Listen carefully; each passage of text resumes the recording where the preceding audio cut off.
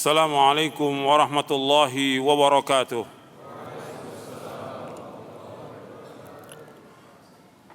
إن الحمد لله نحمده ونستعينه ونستغفره ونعوذ بالله من شرور أنفسنا ومن سيئات أعمالنا. من يهده الله فلا مضل له ومن يضلل فلا هادي له. أشهد أن لا إله إلا الله وحده لا شريك له وأشهد أن محمدًا عبده ورسوله. يا أيها الذين آمنوا اتقوا الله حق تقاته ولا تموتن إلا وأنتم مسلمون. يا أيها الناس اتقوا ربكم الذي خلقكم من نفس واحدة وخلق منها زوجها وبث منهما رجالا كثيرا ونساء واتقوا الله الذي تساءلون به والأرحام إن الله كان عليكم رقيبا. يا أيها الذين آمنوا اتقوا الله وقولوا قولا سديدا يصلح لكم أعمالكم ويغفر لكم ذنوبكم ومن يطع الله ورسوله فقد فاز فوزا عظيما. أما بعد فإن أصدق الحديث كتاب الله وخير الهدي هدي محمد صلى الله عليه وعلى آله وسلم وشر الأمور محدثاتها وكل محدثة بدعة وكل بدعة ضلالة وكل ضلالة في النار. Ayyuhal ikhwah, a'azakumullah, kepada ikhwan dan akhwat yang dimuliakan oleh Allah Subhanahu wa taala. Alhamdulillah, kita bersyukur kepada Allah Subhanahu wa taala atas segala nikmat yang Allah karuniakan kepada kita, nikmat Islam, nikmat iman, nikmat sehat, nikmat afiat. Nikmat dijauhkan oleh Allah dari berbagai macam malapetaka. Nikmat diberikan hidayah di atas sunnah Nabi sallallahu alaihi wa ala alihi wasallam. Nikmat kita diberikan hidayah taufik untuk selalu dan senantiasa menuntut ilmu syar'i yang merupakan kewajiban atas setiap muslim dan muslimah. Kita bersyukur atas semua nikmat yang Allah karuniakan kepada kita, dan kita selalu minta tolong kepada Allah agar kita diberikan istiqamah di atas jalan yang hak, diberikan oleh Allah Subhanahu wa taala ketetapan dalam kita beragama, thabat, sampai kita diwafatkan oleh Allah Subhanahu wa taala. Betapa banyak orang-orang yang awalnya diberikan hidayah oleh Allah, kemudian setelah itu mereka menyimpang dari jalan siratal mustaqim. Makanya hidayah ini mahal, lebih mahal dari dunia dan seisinya. Makanya ketika kita mendapatkan hidayah, ikhwan fiddin, azakumullah, hidayah di atas sunnah ini merupakan nikmat yang paling besar yang wajib kita syukuri. Betapa banyak orang-orang yang diberikan oleh Allah SWT hidayah sunnah, tapi kemudian melenceng dari sunnah ini. Atau juga kita bandingkan nikmat yang Allah berikan kepada kita dibandingkan dengan orang-orang yang belum mendapatkan hidayah di atas sunnah. Mereka yang tidak mendapatkan hidayah atau belum mendapatkan hidayah di atas sunnah, antum bisa lihat kehidupan mereka. Kehidupan mereka dalam kesulitan, dalam kesusahan, tidak mengalami ketentraman, selalu merasa keraguan dan yang lainnya. Tapi ketika orang itu mendapatkan hidayah di atas sunnah, ini nikmat yang luar biasa yang wajib kita syukuri. Ditakdirkan kita nggak punya apa-apa, kita miskin, nggak punya apa-apa, tapi diberikan hidayah di atas Islam dan sunnah, merupakan nikmat yang paling besar dari semua nikmat yang ada di muka bumi ini. Kita mendapatkan kenikmatan, ketenangan, kebahagiaan dari semua yang ada. Karena orang yang sudah mendapatkan hidayah di atas sunnah, ini nikmatnya luar biasa. Nikmat, dan antum bisa rasakan yang dulunya antum berbuat kesyirikan atau bid'ah atau yang lain, ketika masuk nikmat, semuanya kenikmatan. Belajar nikmat, kita baca Al-Quran nikmat, kita mengamalkan amal saleh nikmat, semuanya nikmat. Makanya ini nikmat yang wajib kita syukuri atas semua nikmat, dan minta kepada Allah agar kita tetapkan di atas Islam dan sunnah. Minta kepada Allah agar kita tetapkan di atas agama yang hak ini. Ya muqallibal qulub tsabbit qalbi ala dinik. Ya Allah yang membolak-balikan hati, tetapkan hatiku atas agamamu. Ikhwani fiddin, azakumullah, di antara nikmat untuk menjaga nikmat ini, artinya nikmat di atas sunnah ini, ya kita wajib talabul ilmi, wajib menuntut ilmu. Karena supaya kita tetap di atas istiqomah, kita harus terus menuntut ilmu syar'i. Enggak boleh kita lepas sampai kita diwafatkan oleh Allah Subhanahu wa taala. Karena antum sudah ketahui bahwa menuntut ilmu itu wajib, dan antum sudah hafal hadisnya, talabul ilmi faridatun ala kulli muslimin. Menuntut ilmu itu wajib atas setiap muslim, wajib, bukan sunnah. Kalau wajib ya terus sampai kita diwafatkan oleh Allah Taala. Enggak ada istilah berhenti dalam talabul ilmi, enggak ada. Nuntut ilmu ini masuk ibadah atau bukan? Saya mau tanya pada antum, nuntut ilmu masuk ibadah atau bukan? Ibadah. Kalau ibadah nggak boleh berhenti. Seperti kita sholat nggak ada berhenti, kecuali bagi wanita yang sedang haid. Dia berhenti sampai haidnya selesai, atau nifas sampai nifasnya selesai. Tapi laki nggak ada berhenti, terus sholat itu. Ibadah wajib terus sampai kita diwafatkan oleh Allah Taala. Maka Nabi Muhammad SAW diperintahkan oleh Allah, wa'bud rabbaka hatta ya'tiyakal yaqin. Dalam kamu beribadah kepada Rabb kamu sampai datangnya al-yaqin. Kata mufassirin, al-maut, yaitu kematian. Di akhir surah Al-Hijr, di akhir, paling akhir dari surah Al-Hijr, wa'bud rabbaka hatta ya'tiyakal yaqin. Beribadah kamu kepada Rabb kamu sampai datang keyakinan. Menuntut ilmu ibadah, maka kita wajib menuntut ilmu sampai kita diwafatkan oleh Allah. Enggak boleh berhenti. Makanya ketika ditanya Imam Ahmad bin Hanbal rahimahullah, Imam Abdullah ibn Mubarak rahimahullah, dan yang lainnya, sampai kapan wahai imam bahwa kita menuntut ilmu? Ila an adkhulal qabra, sampai saya masuk ke liang kubur. Sampai kapan menuntut ilmu? Ilal mamat, sampai mati. Nggak ada istilah berhenti, nggak ada. Nuntut ilmu berhenti nggak ada, terus, karena ini ibadah.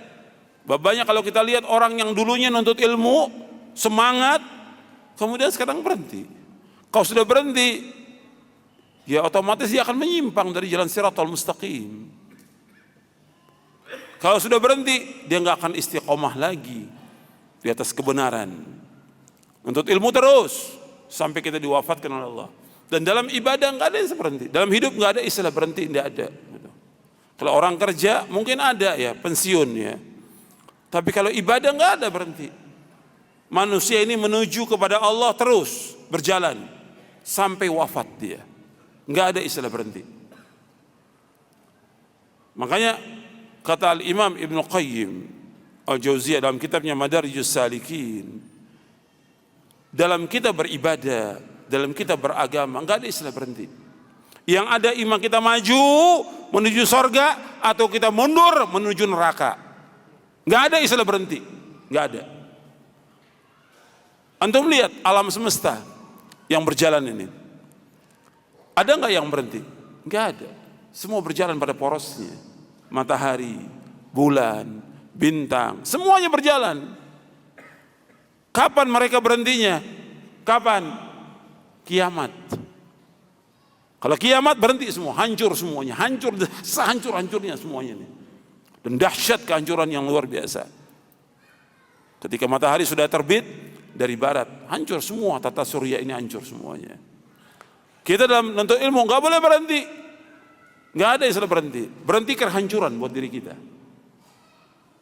Berhenti kehancuran buat diri kita. Maka terus kita talabul ilmi. Dan antum perhatikan lagi, kita berjalan, dan sebagian antum mungkin dari luar kota berjalan untuk ilmu. Ini jalan menuju surga.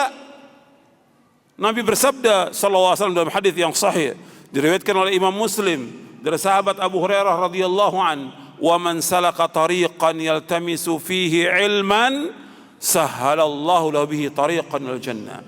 Barang siapa yang berjalan untuk menuntut ilmu, Allah akan mudahkan jalannya ke surga. Barang siapa yang berjalan untuk menuntut ilmu, Allah mudahkan jalannya ke surga. Yang dimaksud menuntut ilmu di sini, menuntut ilmu syar'i. Al-Quran was sunnah ala fahmi salaf. Yang dimaksud menuntut ilmu sini yaitu ilmu syar'i, Al-Quran was sunnah ala fahmi salaf. Makanya para ulama menjelaskan kalau disebutkan oleh Allah dalam Al-Quran tentang keutamaan ilmu, yang dimaksud ilmu syar'i. Kalau disebutkan dalam hadis-hadis Nabi yang sahih tentang keutamaan menuntut ilmu, yang dimaksudkan adalah ilmu syar'i. Ilmu syar'i yang Allah akan angkat derajat orang itu di dunia dan juga di akhirat. Yarfa'illahu alladhina amanu minkum walladhina utul ilma darajat. Allah mengangkat orang-orang yang beriman di antara kamu dan orang yang berilmu berapa derajat, diangkat oleh Allah. Makanya harus terus kita talabul ilmi. Terus talabul ilmi. Dan untuk kita bisa terus talabul ilmi syar'i, ya harus kita jaga adabnya. Karena menuntut ilmu merupakan jalan menuju surga. Dan majlis ilmu merupakan taman-taman surga. Kata Nabi SAW dalam hadis yang hasan, Nabi bersabda SAW, "Idza maratum bi riyadil jannati farta'u." Apabila kalian melewati kebun-kebun surga, kalian diam di situ. Apa kebun surga itu? Hilaqul dzikr, yaitu halaqahnya zikir. Yang dimaksud dengan zikir ini majlis ilmu, seperti dijelaskan oleh Atha bin Abi Rabah rahimahullah. Yang dikatakan majlis zikir, majlis ilmu yang menjelaskan tentang Quran, tentang sunnah, tentang tauhid, tentang hukum dan yang lainnya dijelaskan.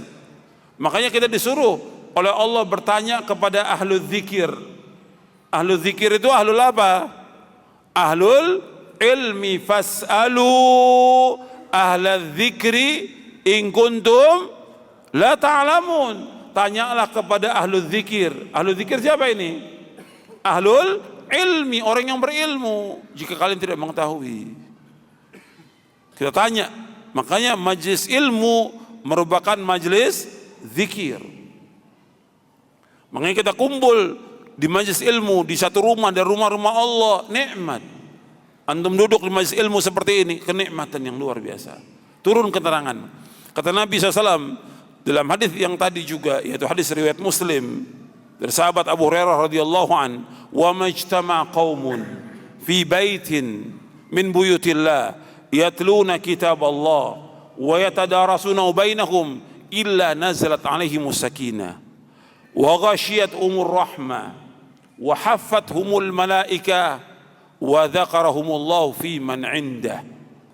Kata Nabi SAW, tidaklah berkumpul satu kaum di satu rumah dari rumah-rumah Allah, dari satu masjid Allah, yang mereka membaca Al-Quran, mempelajarinya di antara mereka, melainkan yang pertama akan turun sakinah, nazalat alaihimus sakinah wa ghashiyatuhumur rahmah, dan dia akan diliputi oleh rahmat Allah. Wa haffathumul malaika, dikelilingi oleh malaikat. Wa dzakarahumullah fi man inda, Allah akan sebutkan dia di antara orang-orang yang berada di sisinya. Jadi antum perhatikan nikmat yang luar biasa. 4, keutamaan kita menuntut ilmu. Turun sakinah, ketenangan.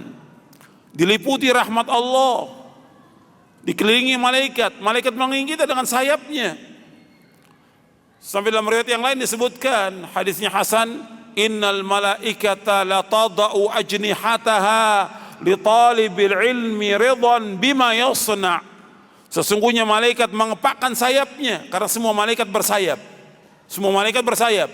Malaikat mengepakkan sayapnya kepada orang-orang yang nuntut ilmu karena ridho dengan apa yang mereka perbuat. Ridho. Malaikat memuliakan, menghormati orang-orang yang menuntut ilmu syar'i. Maka bahagia antum menuntut ilmu syar'i, bahagia.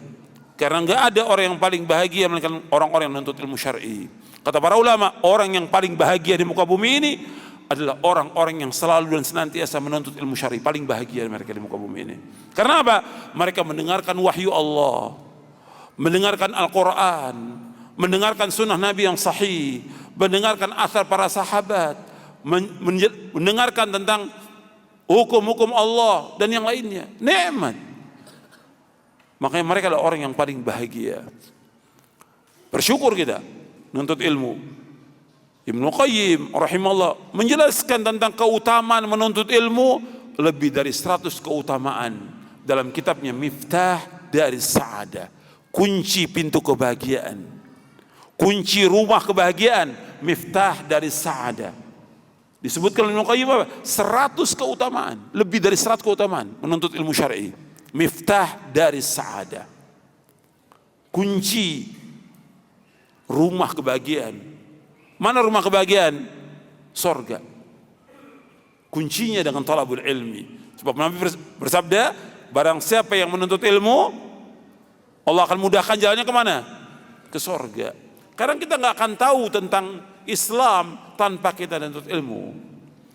Nggak akan tahu kita tentang Quran dan Sunnah tanpa kita menuntut ilmu. Nggak akan tahu tentang tauhid kecuali dengan menuntut ilmu. Nggak akan tahu tentang syirik kecuali dengan menuntut ilmu. Nggak akan tahu tentang bagaimana sholat kecuali dengan menuntut ilmu. Nggak akan tahu tentang sunnah kecuali dengan menuntut ilmu. Nggak akan tahu tentang bid'ah kecuali dengan menuntut ilmu. Menuntut ilmu ini jalan kebahagiaan. Kita wajib menuntut ilmu sampai kita diwafatkan oleh Allah. Berbahagialah orang yang menuntut ilmu. Makanya Nabi mengatakan kepada orang-orang yang datang, marhaban li talil ilmi. Selamat datang kepada orang-orang yang menuntut ilmu. Berbahagia orang yang menuntut ilmu. Selamat datang kata Nabi, marhaban bitalibil ilmi. Makanya antum bersyukur kepada Allah diberikan hidayah taufik untuk menuntut ilmu. Maka gunakan kesempatan yang Allah berikan kepada kita untuk menuntut ilmu ini dengan maksimal. Dengarkan baik-baik dan perhatikan. Ikhwani fiddin, azakumullah. Nuntut ilmu ini akan kita dapati, akan kita peroleh dan juga kita bisa memahaminya kalau kita mengetahui adab-adabnya. Sebab adab ini penting. Ada orang ilmu tapi dia nggak punya adab, maka nggak ada keindahan pada dirinya. Bahkan kadang-kadang orang juga menjauhkan dia. Karena apa? Nggak punya adab. Gimana dia nuntut ilmu, dia belajar, dia ngaji, tapi adabnya kurang.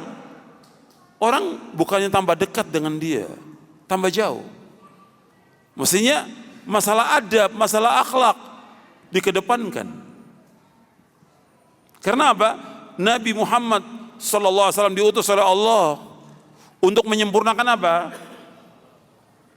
Nabi Muhammad SAW diutus oleh Allah untuk menyempurnakan apa? Bu'ithu liutammima makarimal akhlaq. Dalam lafaz yang lain, bu'ithu liutammima salihal akhlaq. Dua-duanya sahih riwayatnya. Aku diutus oleh Allah untuk menyempurnakan akhlak yang baik. Aku diutus oleh Allah untuk menyempurnakan akhlak yang mulia. Berarti sudah ada akhlak sebelum Nabi Muhammad SAW diutus. Tapi belum sempurna, Nabi datang untuk menyempurnakan. Apa contoh di antara akhlak yang baik yang sebelum Nabi Muhammad diutus? Banyak contohnya. Seperti orang-orang jahiliyah itu, mereka mempunyai sifat syaja'ah. Syaja'ah, keberanian, disempurnakan oleh Nabi. Mereka punya sifat karam. Orang-orang Arab itu punya sifat karam. Karam itu dermawan. Karam. Mereka juga punya sifat ikramud dhaif, menghormati tamu. Disempurnakan. Dan banyak lagi akhlak yang mulia yang ada, kemudian Nabi SAW menyempurnakan akhlak ini. Makanya kita harus mempunyai akhlak. Karena apa? Karena Nabi sendiri dipuji oleh Allah karena akhlaknya yang mulia. Wa innaka la'ala khuluqin azim. Dalam surah Al-Qalam ayat 4. Sesungguhnya engkau Muhammad berada di atas akhlak yang mulia. Akhlak yang mulia. Dan akhlak ini punya keutamaan yang besar. Karena apa? Timbangan yang berat di hari kiamat karena akhlak yang mulia. Kata Nabi SAW, ma syai'un athqal fi mizan mu'min yawmal qiyamah min khuluqin hasan wa inna Allah la yubghidul fahishal badhi. Nabi SAW bersabda, tidak ada sesuatu yang paling berat timbangannya pada hari kiamat melainkan akhlak yang mulia. Dan sungguhnya Allah membenci orang yang mulutnya keji dan kotor. Jadi akhlak yang mulia ini di awal sudah saya bawakan dalam buku Adab dan Akhlak. Kemudian saya bawakan lagi untuk melihat di halaman 8. di buku akhlak dan adab dan akhlak itu di halaman 8 saya sebutkan ma syai'un athqala fi mizanil mu'min yaumal qiyamati min khuluqin hasan wa inna Allah la yubghidul fahishal badhi. Tidak ada sesuatu yang paling berat dalam timbangan seorang mukmin pada hari kiamat dari akhlak yang mulia, dan sesungguhnya Allah membenci orang yang kotor dan keji mulutnya. Ada orang yang suka berbicara keji dan kotor. Hadis ini sahih diriwayatkan oleh Imam Tirmidzi, Ibnu Hibban dan yang lainnya dari sahabat Abu Darda radhiyallahu an. Jadi timbangan yang paling berat di hari kiamat akhlak yang mulia. Yang paling banyak memasukkan manusia juga ke sorga dua. Yang paling banyak memasukkan manusia ke sorga dua. Yang pertama takwa kepada Allah, yang kedua akhlak yang mulia. Yang paling banyak memasukkan manusia ke neraka dua. Pertama mulut, yang kedua kemaluan. Yang paling banyak memasukkan manusia ke sorga dua. Yang pertama takwa kepada Allah, yang kedua akhlak yang mulia. Yang paling banyak masukkan manusia ke neraka dua. Yang pertama mulut, yang kedua kemaluan. Ini hadis sahih. Dan sering disebutkan di dalam Al-Quran atau hadis bergandengan. Umumnya disebutkan tentang takwa dalam hadis ini dan akhlak yang mulia. Maka takwa berkaitan hubungan manusia dengan Allah. Akhlak yang mulia berkaitan dengan hubungan manusia dengan manusia. Tapi kalau disebutkan sendiri-sendiri, takwa hubungan manusia dengan Allah dan hubungan manusia dengan manusia. Kalau disebutkan akhlak yang mulia sendiri, berarti akhlak yang mulia hubungan manusia dengan Allah dan hubungan manusia dengan manusia.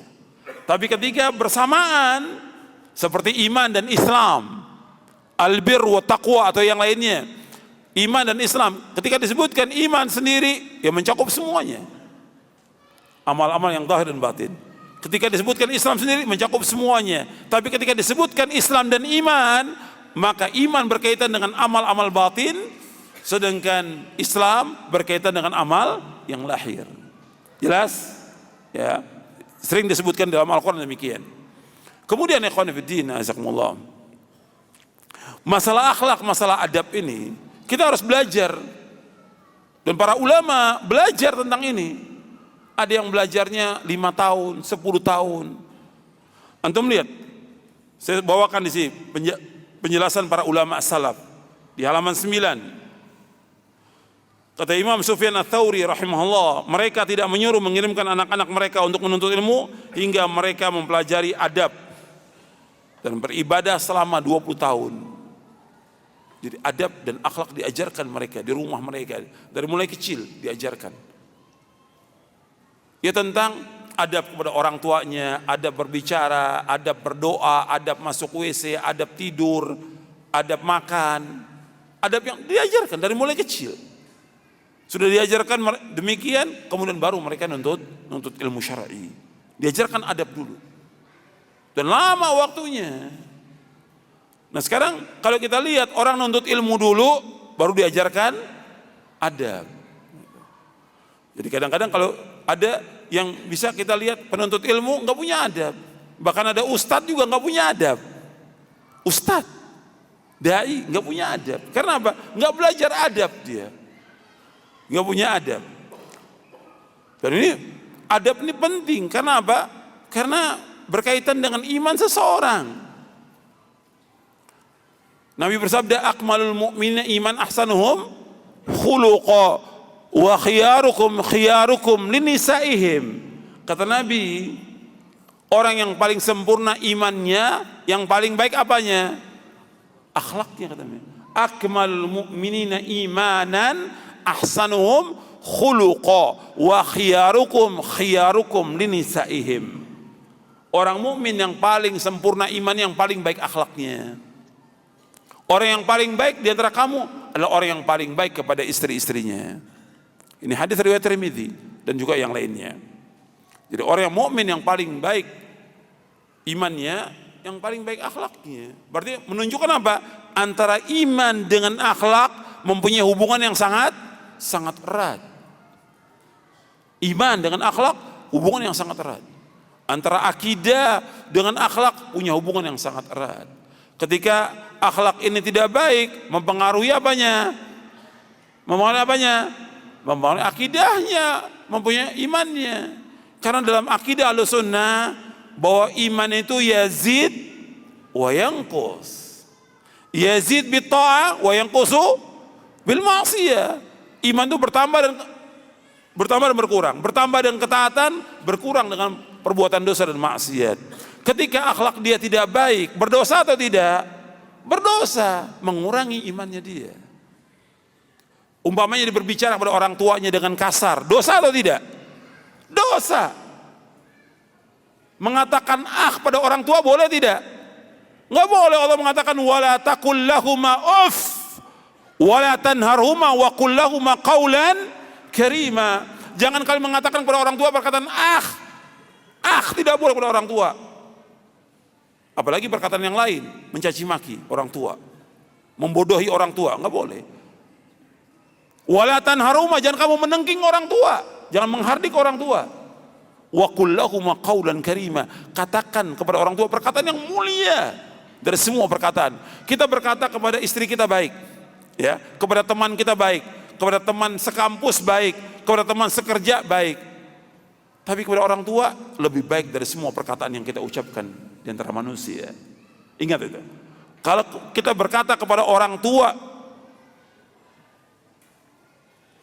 kalau kita berkata kepada orang lain, teman kita atau teman sekampus, ya, atau teman sekerja atau teman perdagangan baik, kita perkataannya bagus.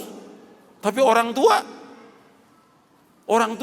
coba banyak yang kasar pada orang tuanya, banyak yang kurang adab pada orang tuanya.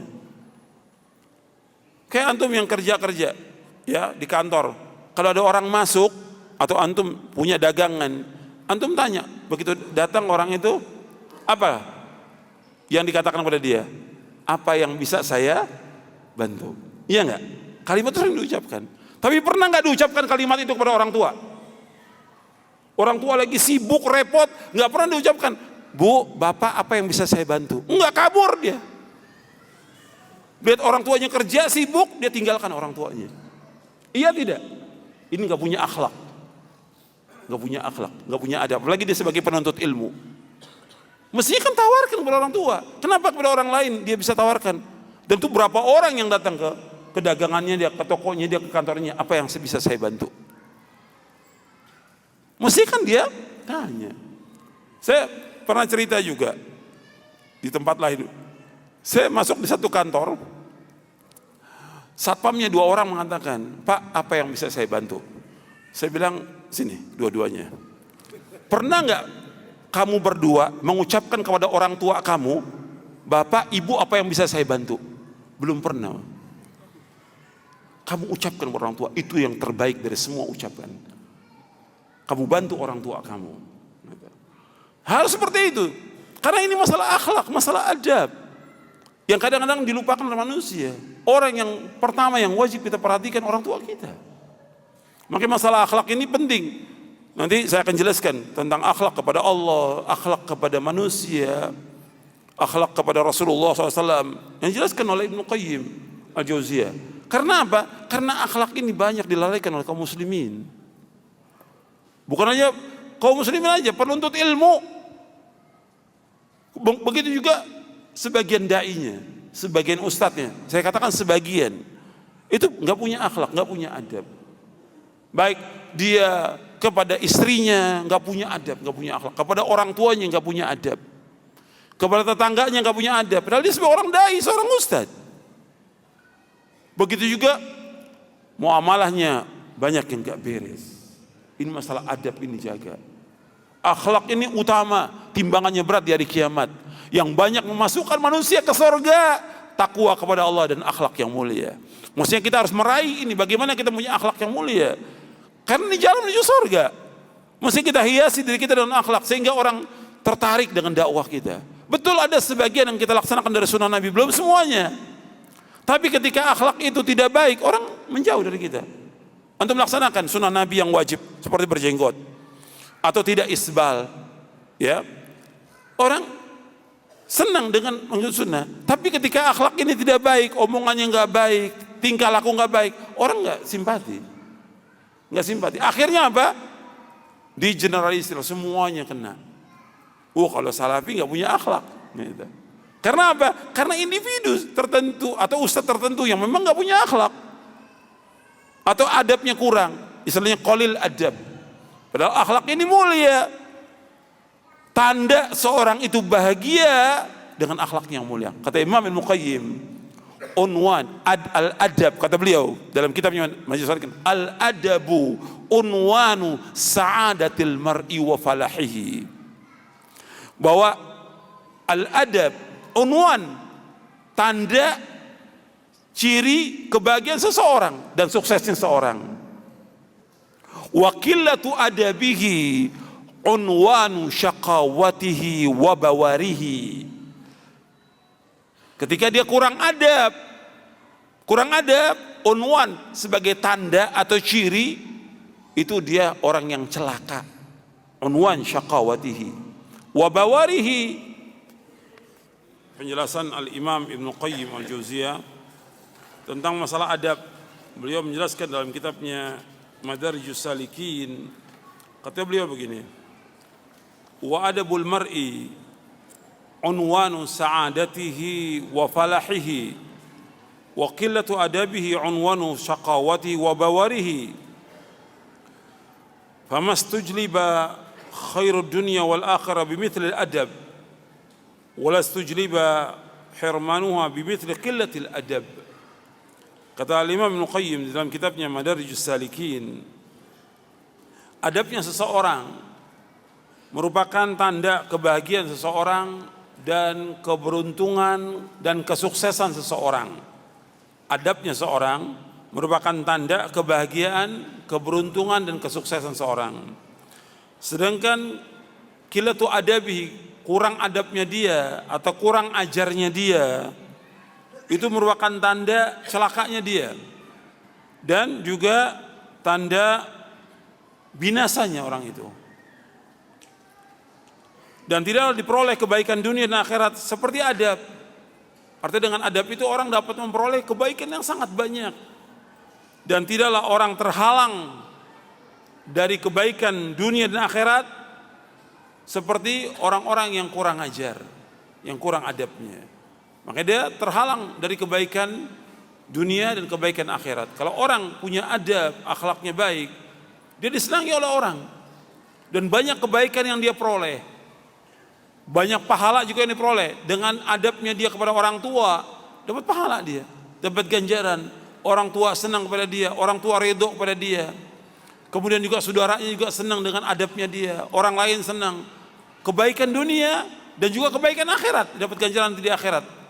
Karena anak yang baik kepada orang tuanya, anak yang punya adab kepada orang tuanya, anak yang berbakti pada orang tuanya, dijamin dengan sorga. Tapi kebalikannya, anak yang durhaka pada orang tuanya, maka dia masuk neraka. Nabi pernah menyebutkan sallallahu alaihi wasallam tentang anak yang durhaka, dan banyak hadisnya bahwa durhaka pada orang tua, tidak punya adab pada orang tua, termasuk dosa besar yang paling besar setelah syirik. Perhatikan, bahwa durhaka pada orang tua termasuk dosa besar yang paling besar. Kemudian dengan dia dosa besar yang paling besar ini membuat di dunia dia akan diazab, di akhirat akan diazab. Hadisnya sahih riwayat Bukhari dan Muslim berkaitan, hadisnya riwayat Bukhari berkaitan dengan dosa besar yang paling besar. Ketika Nabi menyebutkan akbarul kabair 3 kali, para sahabat mengatakan iya. Maukah aku kabarkan kepada kalian tentang dosa besar yang paling besar? Al Nabi hukum bi akbar kabar. 3 kali Nabi sebutkan. Ketika sahabat mengatakan qulna bala, Nabi menyatakan al-isyraku billah. Syirik, dosa besar yang paling besar yang pertama. Yang kedua uququl walidain, durhaka pada kedua orang tua. Kemudian baru yang ketiga berkata dusta dan menjadi saksi palsu. Hadis ini sahih riwayat Imam Bukhari dari sahabat Abu Bakar radhiyallahu anhu. Kemudian tentang dia terhalang dari kebaikan dunia, nggak ada keberkahan bagi anak yang durhaka. Kehidupannya tidak berkah, umurnya tidak berkah, hartanya tidak berkah, rumah tangganya tidak berkah, kehidupannya tidak berkah. Dengan sebab apa? Dia durhaka pada orang tuanya. Antum bisa lihat dalam kehidupan, anak durhaka nggak ada keberkahan hidupnya, meskipun dia kaya, nggak ada keberkahan. Di dunia seperti itu, apalagi di akhirat. Di akhirat diancam dengan masuk neraka. Nabi bersabda sallallahu alaihi wasallam, "Salatun la yadkhulul jannah wa la yanzurullahu ilaihim yaumal qiyamah al-aqli walidayhi wal mar'atul mutarajjilatul mutasyabbihatu birrijal wad dayyuth." Dalam hadis yang diriwayatkan oleh Imam Ahmad dan Hakim dari sahabat Abdullah bin Umar radhiyallahu anhuma, Nabi bersabda SAW, ada 3 golongan yang tidak masuk surga, kata Nabi, dan Allah tidak akan lihat mereka pada hari kiamat. 3 golongan ini. Yang pertama, al-aqli walidayhi, anak yang durhaka pada orang tuanya, tidak masuk surga dan Allah nggak akan lihat mereka pada hari kiamat. Yang kedua, wal mar'atul mutarajjilatul mutasyabbihatu birrijal, wanita yang menyerupai laki-laki. Dan wanita menyerupai laki-laki dilaknat. Wanita menyerupai laki-laki atau laki-laki menyerupai wanita, dua-duanya dilaknat oleh Allah dan Rasulnya sallallahu alaihi wasallam, dilaknat. Yang ketiga, dayuth. Dayuth yaitu dalam riwayat Imam Ahmad disebutkan ad-dayuth alladhi yuqirru fi ahli al-hubth.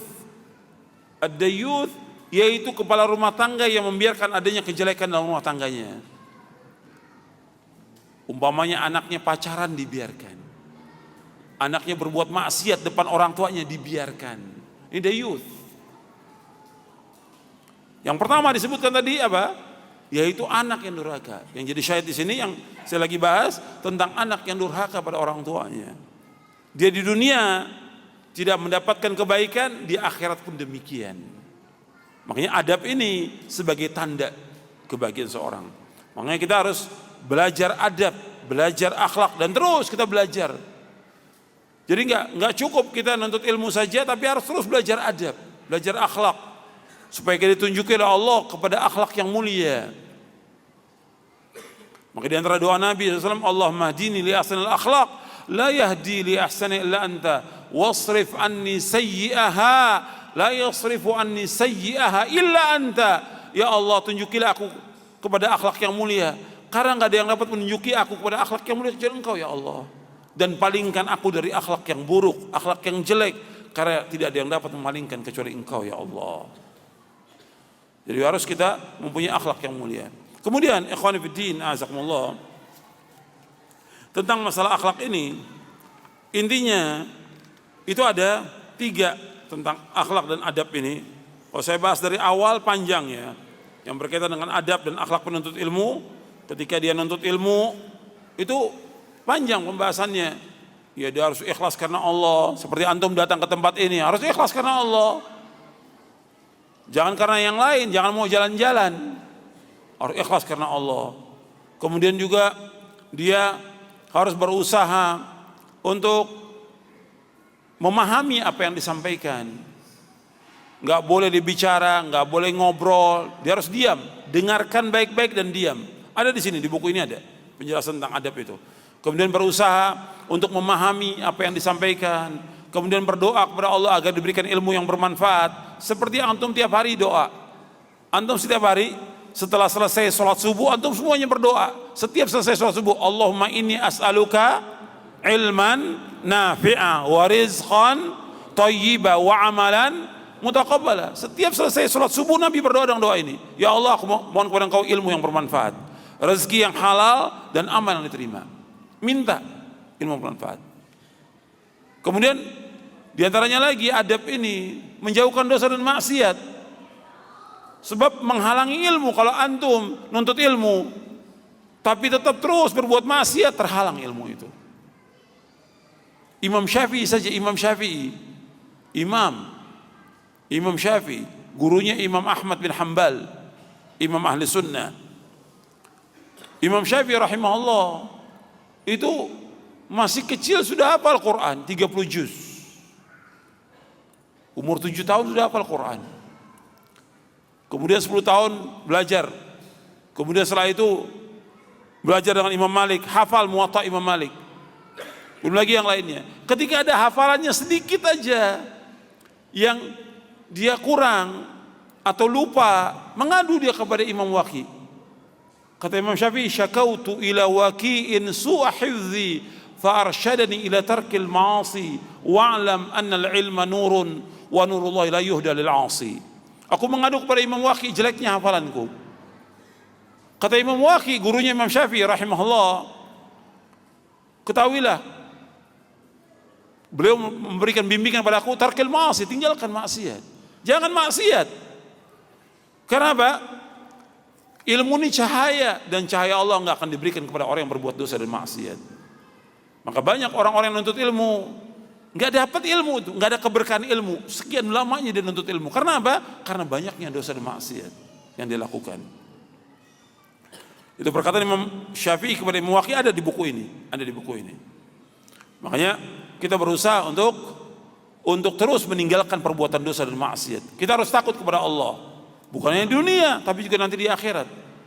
Nabi Muhammad SAW, sebagaimana Allah firmankan dalam surah Al-An'am, Qul inni akhafu in asaitu rabbi adzab yaumin azim. Katakanlah, aku takut kalau aku berbuat maksiat kepada Rabbku, maka Allah akan memberikan azab yang pedih di hari kiamat nanti. Takut Nabi Muhammad SAW. Maka di antara pokoknya ilmu, perhatikan nih, pokoknya ilmu takut kepada Allah. Perhatikan itu. Aslul ilmi khasyatullah, kata Imam Ahmad bin Hanbal. Kata Imam Ahmad bin Hanbal, aslul ilmi khasyatullah. Pokoknya ilmu takut kepada Allah. Dan itu yang disebutkan juga oleh Imam Ibn Rajab Al-Hambali dalam kitabnya Fadlu Ilmi Salaf, tentang perkataan Imam Ahmad, bahwa pokoknya ilmu adalah takut kepada Allah. Dan juga dikatakan oleh Abdullah bin Mas'ud radhiyallahu an, sebagaimana diriwayatkan oleh Imam Ahmad dalam kitabnya Az-Zuhud, laisal ilmu bi kathratir riwaya walakinnal ilma al khasyatu. Bukannya ilmu itu banyaknya riwayat, bukan, tapi ilmu itu bagaimana takut dia kepada Allah Taala. Kalau dia takut kepada Allah, maka dia akan tinggalkan perbuatan dosa dan maksiat. Makanya antum belajar, nuntut ilmu, antum sebagai dai berusaha terus untuk meninggalkan perbuatan dosa dan maksiat. Karena kita banyak dosa dan banyak maksiat. Maka kalau dia terus menuntut dia maksiat, terhalang dia dari barokahnya ilmu, terhalang dari barokahnya ilmu itu. Jadi ikhwan fillah, azakumullah, ini perhatikan tentang adab dalam thalabul ilmi, tinggalkan maksiat. Nanti adab lagi, kita harus catat apa yang disampaikan, kita harus mengamalkan apa yang disampaikan, karena ilmu untuk diamalkan. Maka orang yang paling miskin adalah orang yang nuntut ilmu tapi dia nggak mengamalkan. Ilmu ini untuk diamalkan, bukan tujuan akhir. Maka Allah akan memberikan ganjaran, pahala dan sorga dengan sebab apa yang mereka amalkan. Tilkal jannatul lati urithumuha bima kuntum ta'malun, bukan ta'lamun, ta'malun. Itulah surga yang diwariskan kepada kalian dengan sebab apa yang kalian amalkan. Kemudian setelah itu disampaikan ilmu ini kepada keluarga. Pertama kali istri, anak, keluarga kita. Sampaikan ilmu ini, tapi dengan cara yang baik. Dan masih banyak lagi yang lain tentang adab. Kemudian ikhwan fillah, jazakumullah, di bab yang ketiga saya jelaskan tentang adab ini. Antum lihat di halaman 61. Di halaman 61 antum lihat. Adab itu dijelaskan oleh Imam Ibnu Qayyim. Secara umum adab dibagi menjadi 3 macam. Yang pertama, adab kepada Allah tabaraka wa ta'ala. Kemudian yang kedua, adab kepada Rasulullah SAW. Yang ketiga, adab sesama makhluk. Ya, adab kepada Allah, kita wajib untuk mengesahkan Allah, wajib mentauhidkan Allah, wajib menjauhkan segala macam perbuatan syirik. Makanya orang-orang kafir, orang-orang musyrik, mereka tidak punya adab kepada Allah. Orang-orang kafir, orang-orang musyrik nggak punya adab kepada Allah. Orang yang mentakwil sifat-sifat Allah nggak punya adab kepada Allah. Allah sebutkan dalam surah Az-Zumar, "Wa ma qadarullaha haqqa qadrih, wal ardu jami'an qabdatu yaumal qiyamah, was samawati matwiyatun biyamini subhanahu wa ta'ala amma yusyrikun." Allah berfirman dalam surah Az-Zumar, dan mereka tidak menghargai Allah, tidak memuliakan Allah, tidak menghormati Allah dengan sebenar-benar pengagungan dan penghormatan. Padahal bumi itu digenggam di tangan Allah pada hari kiamat, dan langit itu dilipat di tangan kanannya Allah. Langit dilipat tangan Allah. Was-samawati matwiyatun biyamini subhanahu wa ta'ala amma yusyrikun. Maha suci Allah dari apa yang mereka persekutukan. Orang-orang kafir musyrik enggak menghargai Allah, enggak menghormati Allah. Orang-orang yang berbuat maksiat tidak menghargai Allah. Orang-orang yang mentakwil sifat Allah tidak menghargai Allah. Makanya kita wajib mentauhidkan Allah dengan tauhid rububiyah, uluhiyah, asma wa sifat. Insyaallah ini besok kita akan bahas insyaallah tentang makna syahadat yang antum harus paham tentang makna syahadat. Insyaallah besok saya akan bahas tentang syahadat. Bagaimana tentang makna la ilaha illallah, antum harus paham sebagai seorang muslim, harus paham. Kemudian juga kita wajib memuliakan Allah SWT dengan apa? Dengan pengagungan kepada Allah SWT, mensucikan Allah, menetapkan semua nama dan sifat Allah SWT, beribadah hanya kepada Allah, menunjukkan seluruh bentuk ibadah hanya kepada Allah, tidak kepada yang lain.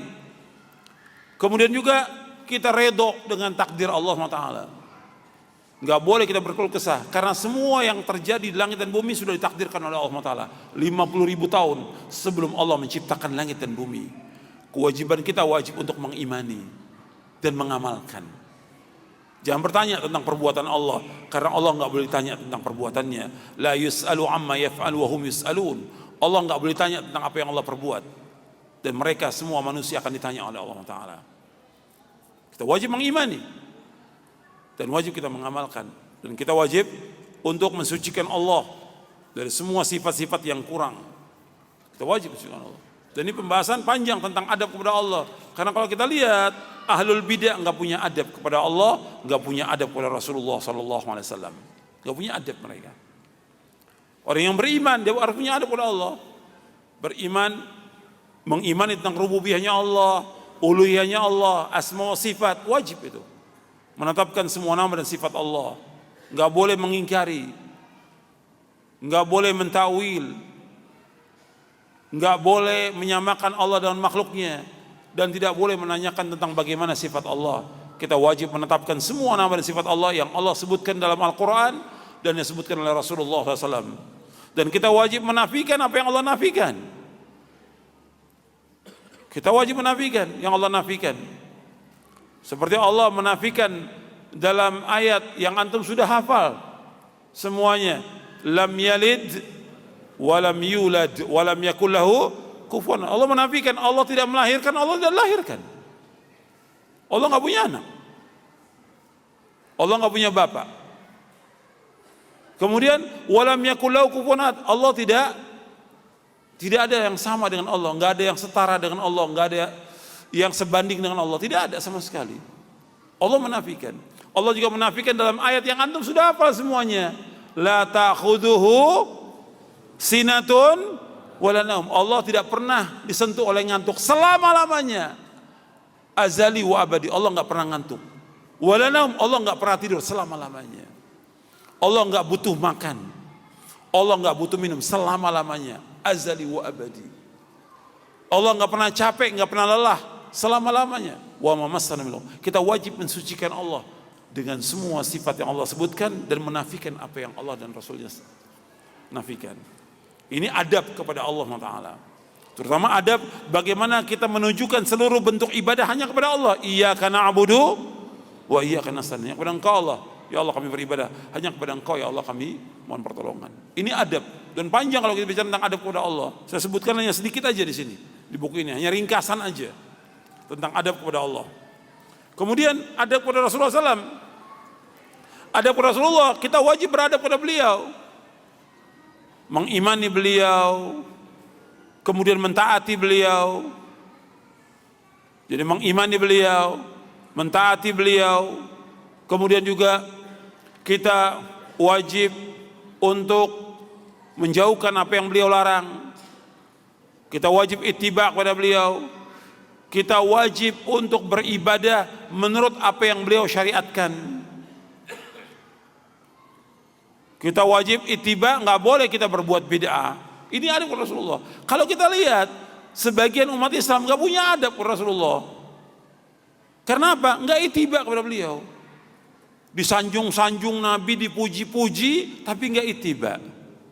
Yang Nabi inginkan kepada umat Islam ini pujian, sanjungan, atau ittiba. Saya ulangi lagi, sebagian sudah ngantuk. Ya, saya ulangi lagi. Masih lama waktunya, masih panjang. Yang dikehendaki oleh Nabi SAW, Nabi itu dipuji, disanjung, atau Nabi mengendaki kita ittiba kepada beliau? Ittiba. Nabi gak ingin disanjung. Ketika Nabi disanjung oleh para sahabat, Nabi marah. Nabi gak mau disanjung, Nabi gak mau dipuji, padahal Nabi pantas untuk dipuji. Tapi Nabi gak mau. Sampai Nabi bersabda dalam hadis yang sahih riwayat Imam Bukhari, la tutruni kama atratin nasara ibn Maryam, innama ana Abdullah wa Rasul, faqulu Abdullah wa Rasul. Janganlah kalian memuji, menyanjung aku sebagaimana orang-orang Nasrani menyanjung Isa bin Maryam. Aku ini hamba Allah dan Rasulnya. Panggillah hamba Allah dan Rasulnya. Yang Nabi kehendaki kepada kita ittiba, mengikuti beliau, bukan memuji, menyanjung. Artinya dengan perbuatan kita ittiba, mengikuti beliau, jejak beliau, mentaati beliau, menjauhkan larangannya. Ini ittiba namanya. Kalau pujian, sanjungan gak ada manfaatnya. Pujian, sanjungan gak ada manfaat. Apa pujian kepada Allah tapi gak ibadah kepada Allah, gak ada manfaatnya. Pujian kepada Nabi tapi gak ittiba kepada Nabi, gak ada manfaatnya. Bahkan dia melanggar syariat dengan berbuat-buat bid'ah dan yang lainnya. Gak boleh. Orang yang berbuat bid'ah gak punya adab kepada Rasulullah Sallallahu Alaihi Wasallam. Saya umpamakan begini, ya.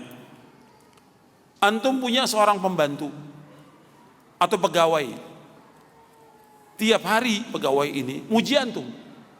Tiap hari. Tapi kalau disuruh nggak mau kerja. Gimana pegawai yang seperti ini? Baik atau tidak? Mungkin antum pecat udah. Pembantu tiap hari datang cuma muji aja, suruh kerja nggak mau. Yang Nabi kehendaki kepada kita ittiba kepada beliau, mengamalkan sunnahnya, bukan pujian, sanjungan gak ada manfaatnya. Yang Nabi kehendaki ittiba. Makanya Allah menyebutkan dalam Al-Quran, dalam surah Ali Imran surah 3 ayat 31, Qul in kuntum tuhibbunallaha fattabi'uni yuhibbukumullah wa yaghfir lakum dzunubakum wallahu ghafurur rahim.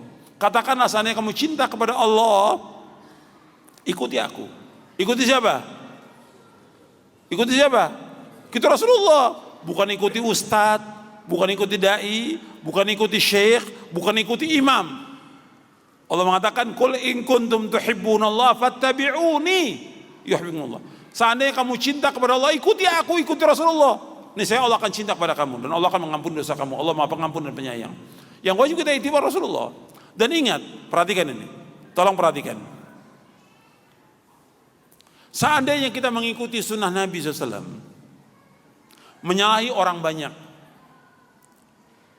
kita diikuti sunnah Nabi. Di kampung kita orang berbuat bid'ah, kita ikuti sunnah Nabi SAW. Maka jalan yang kita tempuh ini sudah benar.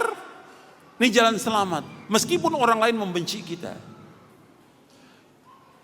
Yang berbahaya, kita tinggalkan sunnah Nabi, kita ikuti masyarakat.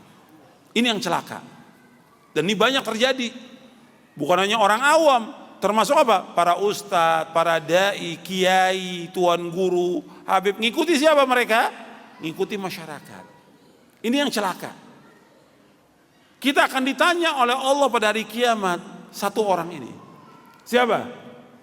Nabi Muhammad SAW. Yang Allah akan tanya kepada kita nanti pada kiamat, kenapa kamu tidak ikuti satu orang ini? Kenapa nggak diikuti?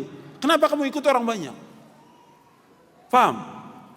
Ketika kita dikubur, yang ditanya tentang apa?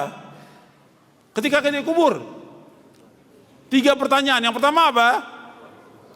Tentang madinuka. Yang kedua apa? Kok nggak nyambung sih? Ketika orang masuk ke liang lahat di alam barzah, begitu masuk langsung ditanya 3 pertanyaan. Yang pertama apa? Man rabbuka. Yang kedua, man nabiyuka. Yang ketiga, wa madinuka. Yang pertama, siapa Rabb kamu? Bukan hanya tanya, jawabnya Allah, bukan hanya itu, tapi bagaimana dia di waktu di dunia ini mentauhidkan Allah atau tidak. Yang kedua, wa man nabiyuka, siapa nabimu? Apa cuma disebut Muhammad bin Abdullah? Bukan. Ditanya tentang Nabi, bagaimana kamu ittiba kepada beliau atau tidak? Bukan hafal tentang nasabnya, bukan. Banyak orang hafal tapi nggak ittiba, berbuat bid'ah, nggak ada manfaatnya. Ittiba atau tidak kepada beliau, ini adab kepada Rasulullah SAW. Baru tanya tentang agama. Jadi perhatikan, yang ditanya oleh Allah pada hari kiamat tentang kita mengikuti Rasulullah atau tidak. Mengikuti Rasulullah atau tidak. Meskipun kita menyalahi orang banyak. Makanya Nabi menyebutkan dalam satu hadis, dalam riwayat Imam Ahmad dalam musnadnya, kata beliau, bi tuftanun wa anni tus'alun. Bi tuftanun, kata Nabi, kalian akan difitnah dengan aku, dan kalian akan ditanya tentang aku, kata Allah. Kata Nabi SAW, kalian difitnah tentang aku. Kalau kita bicara tentang fitnah kubur, apa yang dimaksud fitnah kubur? Fitnah kubur. Fitnah kubur apa? Pertanyaan tadi yang dikatakan fitnah kubur itu, 3 pertanyaan itu namanya fitnah kubur. Perhatikan tuh, kalau disebutkan fitnah kubur, berarti pertanyaan tentang 3 pertanyaan di alam kubur. Jelas? Ya, perhatikan. Dan ada dalam kitab-kitab akidah pembahasannya. Nanti anda baca lagi syarah akidah Ahlussunnah wal Jamaah. Kalau dibilang fitnah kubur, arti pertanyaan tentang 3 pertanyaan, itu namanya fitnah kubur. Bi tuftanun, kata Nabi, kalian akan terfitnah dengan aku. Akan ditanya. Wa an itu salun, dan kalian akan ditanya tentang aku. Di dalam kubur akan ditanya, dan nanti di akhirat akan ditanya. Maka perhatikan itu, kita wajib untuk mengikuti Rasulullah SAW. Allah menyebutkan, falanas al-nadhir ursilin wa nas al-mursalin. Kami akan tanya orang-orang yang diutus kepada mereka, dan kami akan tanya para rasul. Nanti pada hari kiamat akan ditanya kita. Maka ada Rasulullah jaga dengan ittiba pada sunnahnya. Banyak saya sebutkan di sini di bab yang keempat tentang mengimani beliau, mentaati beliau, meneladani beliau, wajib ittiba pada beliau. Kemudian dianjurkan kita untuk banyak salawat kepada Rasulullah sallallahu alaihi wasallam. Membanyakkan salawat kepada Rasulullah sallallahu alaihi wasallam. Kemudian juga tidak boleh membuat salawat-salawat yang bid'ah, dan kita nggak boleh berbuat bid'ah, nggak boleh. Karena yang pertama kali mengatakan semua bid'ah sesat itu siapa? Rasulullah SAW. Yang mengatakan pertama kali semua bid'ah sesat Rasulullah SAW. Maka nggak boleh kita berbuat bid'ah, nggak boleh. Kullu bid'atin dhalalah wa kullu dhalalatin finnar. Dan semua bid'ah sesat, nggak ada dalam Islam bid'ah yang hasanah, nggak ada. Nggak ada dalam Islam, semua bid'ah sesat. Kemudian bab yang kelima itu saya sebutkan tentang adab kedua orang tua. Ini panjang saya sebutkan ini. Tadi sebagiannya sudah saya sebutkan. Dan nanti antum bisa lihat hadisnya tentang adab kepada kedua orang tua. Kita harus punya adab kepada orang tua, nggak boleh durhaka pada orang tua. Saya sebutkan hadisnya. Nanti antum bisa lihat. Hadis yang tadi saya sebutkan, saya bacakan tentang dosa besar yang paling besar ada di sini di halaman 82 itu. Begitu juga orang yang tidak masuk surga, la yadkhul jannata aqun aq, la yadkhul jannah aq, wala mudminu khamar, wala mukadzibu qadar. Enggak akan masuk surga orang yang durhaka pada orang tuanya, peminum khamar, dan juga orang yang mendustakan takdir. Kemudian juga adab kepada diri kita, dan adab-adab yang lain yang harus kita perhatikan. Nanti antum baca ini panjang, waktunya kita nggak cukup ya untuk membahas semuanya. Cuma saya jelaskan, adab pada diri kita, antum harus punya adab sebagai seorang muslim, seorang mukmin. Kita ini harus punya adab untuk tafakuh agama ini, mempelajari agama. Ini adab kita. Belajar dengan adab-adabnya. Sebab banyak orang yang dia sebagai seorang muslim atau muslimah nggak belajar. Maka kita lihat heran, kita melihat kaum muslimin, kenapa mereka nggak belajar? Kenapa mereka nuntut ilmu? Apakah mereka bisa ngamalkan Islam ini tanpa nuntut ilmu? Nggak mungkin. Nabi aja belajar dengan malaikat Jibril berapa tahun? Berapa tahun? Selama turunnya wahyu berapa tahun? 23 tahun. 23 tahun. Turun wahyu kepada Rasulullah SAW. Kita lebih daripada itu untuk belajar agama ini. Banyak yang belum kita tahu. Maka orang-orang yang belajar, bagaimana dia dapat ilmu dia? Dia sibuk dengan kerja, dengan kuliah, dengan dagang, dengan yang lainnya. Seandainya mereka kuliah, tetap wajib belajar ilmu agama, wajib. Dia sebagai dosen wajib belajar ilmu agama, wajib. Dia sebagai orang tua wajib dia belajar agama. Dia sebagai seorang direktur wajib belajar agama. Dia sebagai orang tua wajib belajar agama. Dia sebagai pimpinan wajib belajar agama. Karena semuanya wajib. Talabul ilmi fardhatun ala kulli muslimin. Maka kita lihat orang-orang belajar ilmu pengetahuan tentang dunia ini, tahu dia semuanya. Sampai detail, sampai teliti, tapi tentang akhirat nggak tahu. Antum lihat, yang bawa mushaf antum lihat dalam surah Ar-Rum, surah 30 ayat 7. Allah berfirman, ya'lamuna zahiran min hayati dunya wa hum 'anil akhirati hum ghafilun. Mereka tahu apa yang nyata dari kehidupan dunia. Tahu nih tentang ilmu pengetahuan, tentang teknologi, tentang kedokteran, tentang segala macam sudah. Tentang kimia, fisika, tentang segala macam sudah. Belajar mereka semuanya, teliti. Tapi apa? Mereka lalai dari kehidupan akhirat. Ya'lamuna zahiran minal hayati dunya wa hum 'anil akhirati hum ghafilun. Mereka lalai tentang akhirat. Sering yang membawa manusia ke surga ilmu apa? Ilmu syar'i. Dia wajib belajar.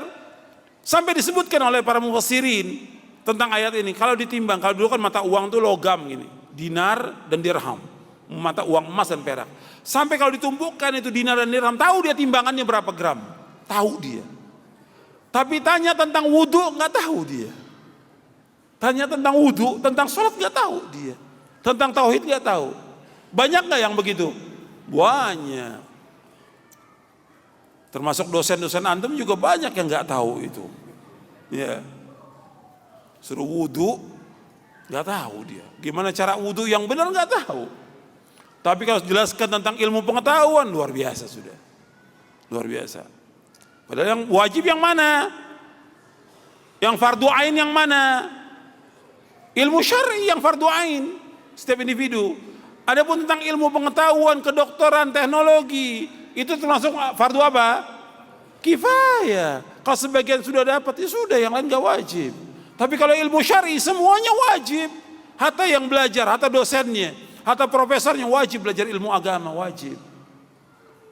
Ini kewajiban adab pada diri kita sendiri. Ini banyak yang gak tahu. Kita wajib tafaqquh fid din. Karena kita semua ingin masuk surga. Jalannya, kata Nabi Muhammad SAW, dengan menuntut ilmu syar'i. Kita lihat sahabat-sahabat yang besar, kibarus sahabah belajar, para tabi'in belajar, para imam. Apa antum lihat para imam tiba-tiba jadi begitu aja? Imam Hanafi, Maliki, Syafi'i, Hambali dan yang lainnya. Belajar puluhan tahun belajar sampai mereka jadi orang alim. Kita wajib belajar. Meskipun kita enggak menjadi seperti ulama, tidak, tapi kita wajib tahu tentang agama ini. Seperti kita tentang mentauhidkan Allah, menjauhkan syirik, wajib tahu. Menjalankan sunnah, wajib tahu. Kita berumah tangga, wajib kita tahu. Kita sholat, kita wajib tahu tentang sholat. Tentang sholat aja banyak yang orang belum tahu. Masih banyak lagi yang lainnya. Masih banyak yang lainnya. Jadi juga ketika imam baca ayat sajdah, dia harus takbir untuk sujud itu. Sehingga makmum juga ikut takbir untuk sujud ayat sajdah. Dan ini sunnah. Bacaannya juga kita hafal. Masih banyak yang lain kalau kita bahas banyak yang lain yang perlu dibahas. Tentang sholat aja banyak yang banyak manusia belum tahu. Gitu. Makanya perlu belajar. Jangan merasa, wah saya udah nuntut ilmu, udah selesai. Baca lagi.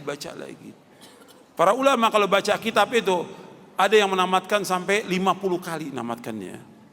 Sampai 50 kali. Kita 1 kali belum tamat, sudah dakwah. Jadi harus tamatkan lagi. Kemudian ikhwan fillah, jazakumullah. Di antara adab yang perlu kita perhatikan terhadap diri kita ini harus banyak membersihkan hati kita. Karena hati kita ini banyak yang kotor, penuh dengan kesombongan, penuh dengan keangkuhan, penuh dengan dengki, iri, hasad, penuh dengan sifat takut, sifat pengecut, sifat bakhil, pelit, kikir, kedekut. Kemudian juga sifat-sifat yang lain banyak dalam hati ini. Kita wajib bersihkan. Kalau antum sebagai talibul ilm wajib membersihkan hati kita. Sebab dengan hati yang bersih itu, insya Allah akhlak itu akan bersih. Nabi bersabda apa? Ala inna fil jasadi mudghah idza salahat salahal jasadu kullu wa idza fasadat fasadal jasadu kullu ala wahyal qalbu. Ketahuilah, dalam tubuh manusia ada segumpal daging. Kalau daging itu baik, seluruh tubuh kan baik. Kalau daging itu jelek, seluruh tubuh akan jelek. Ketahuilah segumpal daging itu adalah hati. Hadis ini sahih riwayat Bukhari dan Muslim dari sahabat Nu'man bin Bashir radhiyallahu anhuma. Kita harus berusaha bagaimana membersihkan hati kita. Allah menyebutkan dalam Al-Quran, antum sudah hafal surah Asy-Syams. Qad aflaha man zakkaha wa qad khaba man dassaha. Sungguh beruntung, sungguh sukses orang yang membersihkan apanya?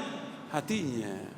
Sungguh rugi, sungguh celaka orang yang mengotori hatinya. Membersihkan hati dengan taat kepada Allah, mengotori hati dengan perbuatan dosa dan maksiat. Makanya itu berusaha bagaimana membersihkan hati. Harus terus. Dan di samping usaha dan perjuangan membersihkan hati ini, hilangkan sifat dengki iri.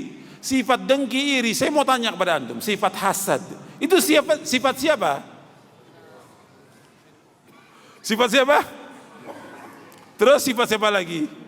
Yahudi. Allah sebutkan dalam Al-Quran, sifat dengki, sifat iri, sifat Yahudi. Gak boleh kita mengikuti orang Yahudi. Jadi sifat ini dengki gak boleh. Kepada seorang muslim, kepada tetangga, kepada saudara, gak boleh dengki, gak boleh iri. Bersihkan hati kita sebagai talibul ilm. Ini adab dan akhlak. Banyak orang yang omongannya menjatuhkan orang lain. Banyak orang yang omongannya dia iri kepada orang lain. Gak boleh. Gak boleh. Justru ada teman kita, saudara kita mendapatkan rezeki, mendapatkan harta atau kesuksesan, kita doakan dengan barokah. Gak boleh iri, gak boleh angkuh, gak boleh sombong, gak boleh punya sifat pengecut, gak boleh pelit, kikir, gak boleh. Gak akan ketemu antara iman dengan sifat bakhil, pelit dalam hati seorang mukmin selama-lamanya. Ini harus kita bersihkan. Ini tazkiyatun nufus penting. Di samping itu antum doa. Di antara tugas Nabi dalam dakwahnya apa? Allah sebutkan dalam Al-Quran. Di samping yu'allimul kitab wal hikmah, terus apa lagi? Yu'allimul kitab wal hikmah, terus apa? Wa yuzakkihim. Di antara tugas Nabi apa? Wa yuzakkihim. Membersihkan apa? Hati manusia. Membersihkan hati manusia. Nabi saja di awal dakwah di surah Al-Mudaththir, Allah suruh membersihkan apanya? Hatinya. Cuma dengan lafaz wa thiyabaka fatahhir. Bajumu kamu bersihkan. Yang dimaksud kata mufassirin ahli tafsir, maksudnya hatimu kamu, wa qalbaka wa nafsaka fatahhir. Hatimu kamu bersihkan. Maka kita harus banyak membersihkan hati kita. Dan doa kepada Allah, antum hafalkan doa yang sebagian mungkin sudah hafal. Allahumma inni a'udzubika minal ajzi wal kasal wal jubni wal bukhli wal harami wa adzabil qabri. Allahumma ati nafsi taqwaha wa zakkiha anta khairu man zakkaha anta waliyyu wa maulaha. Allahumma inni a'udzubika min ilmin la yanfa' wa min qalbin la yakhsha' wa min nafsin la tashba' wa min da'watin la yustajabu laha. Hadis ini sahih, diriwayatkan oleh Imam Muslim dan Nasa'i. Nabi berdoa, ya Allah, Allahumma inna min ajzi wal kasal wal jubni wal bukhli wal haram wa adzabil qabr. Ya Allah, aku berlindung pada Engkau dari sifat lemah, sifat malas, sifat bakhil, sifat pengecut. Sifat pengecut, sifat bakhil. Wal haram, umur pikun. Wa adzabil qabr, aku berlindung pada Engkau dari azab kubur. Allahumma ati nafsi taqwa, ya Allah berikan kepada hatiku takwanya. Berikan ya Allah ketakwaan. Wa zakiyah, bersihkan hatiku ya Allah. Anta khairu man zakkaha. Anta wali wa engkau yang zat yang satu-satunya dapat membersihkan hati ini. Engkaulah yang sebaik-baik membersihkan hati ini. Engkaulah pelindungnya dan engkaulah penolongnya. Allahumma inni a'udzubika min ilmin la yanfa'. Ya Allah, aku berlindung pada Engkau dari ilmu yang tidak bermanfaat. Berlindung dari ilmu yang tidak bermanfaat. Wa min qalbin la yakhsha, dari nafsu yang tidak pernah puas. Kemudian wa min apa lagi? Allahumma inni a'udzubika min ilmin la yanfa' wa min qalbin la yakhsha wa min nafsin la tashba'. Dari nafsu yang tidak pernah puas. Dari yang pertama min ilmin wa min qalbin la yakhsha, hati yang tidak khusyuk. Kemudian nafsu yang tidak benar, wa min da'watin la yustajab, dan dari doa yang tidak dikabulkan. Antum hafalkan itu.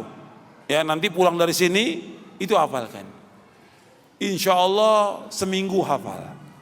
Antum baca itu. Ada di buku doa dan wirid. Doa itu ada di buku wirid. Kemudian juga kita berusaha untuk mengikuti manhajnya para sahabat. Wajib ini. Wajib. Di antara adab kita sebagai seorang muslim wajib mengikuti manhaj para sahabat. Dan ini panjang pembicaraannya dan pernah saya sampaikan di sini berapa tahun yang lalu tentang mulia dengan masalah wajibnya kita mengikuti manhaj salafus saleh. Kemudian kita wajib untuk zuhud kepada dunia. Kemudian wajib qanaah dan yang lainnya, sifat-sifat yang mulia untuk diri kita. Ya, untuk kajiannya saya pikir cukup sampai di sini karena nggak mungkin untuk kita bahas semuanya. Karena panjang pembicaraannya, waktunya kita terbatas dan juga pertanyaan sudah banyak yang masuk, yang bisa saya jawab, yang tidak wallahu a'lam bishawab. Wa sallallahu nabiyana Muhammadin sallallahu alaihi wasallam. Kalau disebutkan kita belajar adab, kapan kita belajar akidah? Bersamaan. Ini para ulama menjelaskan tentang pentingnya adab. Tapi tetap kita belajar adab juga, kita belajar tentang tauhid, tentang akidah, karena umur kita juga terbatas. Waktu kita juga terbatas. Di samping kita pelajari akidah, samping kita pelajari adab, kita pelajari akidah. Nah, yang sayang banyak orang mempelajari tentang akidah, tentang tauhid, tentang fikih, tapi adab nggak dipelajari. Jadi adab tetap dipelajari, di samping itu juga tentang akidah kita pelajari. Karena itu yang paling penting, yang paling wajib. Pertama kali kita belajar tentang akidah. Bagaimana kalau orang tua melarang kita untuk menuntut ilmu syar'i? Jelaskan manfaatnya, tentang wajibnya, tentang manfaatnya, tentang keberkahannya, jelaskan kepada orang tua. Justru saya nuntut ilmu ini, justru saya ingin dengan nuntut ilmu saya berbakti pada orang tua. Dengan nuntut ilmu saya ingin taat kepada orang tua. Jelaskan, manfaatnya besar. Bahwa dengan nuntut ilmu ini saya nggak akan durhaka kepada orang tua. Jadi biar orang tua menjelaskan kepada, biar kita jelaskan kepada orang tua supaya orang tua mengizinkan anaknya untuk nuntut ilmu. Saya nuntut ilmu yang benar. Dalilnya jelas Quran Sunnah. Saya ingin selamat dunia, ingin selamat akhirat, dan saya ingin dengan saya menuntut ilmu, saya menjadi anak yang soleh, yang saya akan terus mendoakan bapak dan ibu sampai saya meninggal dunia. Jelaskan kepada orang tua manfaatnya. Bagaimana kita istiqomah dalam menuntut ilmu? Ya jelas kita wajib mengetahui bahwa menuntut ilmu ini wajib. Menuntut ilmu membawa manusia ke sorga. Menuntut ilmu manfaatnya besar. Menuntut ilmu keutamaannya besar. Keutamaan ilmu dengan harta itu 30. Keutamaan ilmu dengan harta lebih utama ilmu daripada harta 30. Disebutkan oleh Ibnu Qayyim dalam kitabnya Miftah dari Sa'adah. Jadi antum perhatikan bahwa ilmu lebih utama dari semuanya. Dan kelezatan yang paling lezat, kenikmatan yang paling nikmat untuk ilmu, seperti disebutkan oleh Syekhul Islam Ibnu Taimiyah dalam Majmu' Fatawa dan juga oleh Ibnu Qayyim dalam Miftah dari Sa'adah. Antum bisa merasakan dengan menuntut ilmu kita mendapatkan kenikmatan.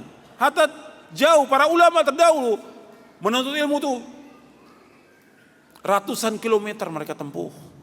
Enggak seperti kita ada kendaraan. Dulu dengan onta, bahkan berjalan kaki di antara mereka. Mereka nikmat untuk ilmu. Mereka baca itu kitab-kitab. Mereka duduk dengan para ulama. Ada yang mudzakarah ilmu dari mulai ba'da isya sampai subuh. Karena nikmatnya ilmu. Nah kita ini belum merasakan itu. Maka terus sampai kita merasakan nikmatnya ilmu itu. Maka para ulama kadang-kadang baca itu sampai 12 jam mereka baca. Karena nikmatnya ilmu. Kita baru 1 jam, setengah jam aja udah gak betah. Ya. Coba terus sampai kita merasakan nikmatnya ilmu.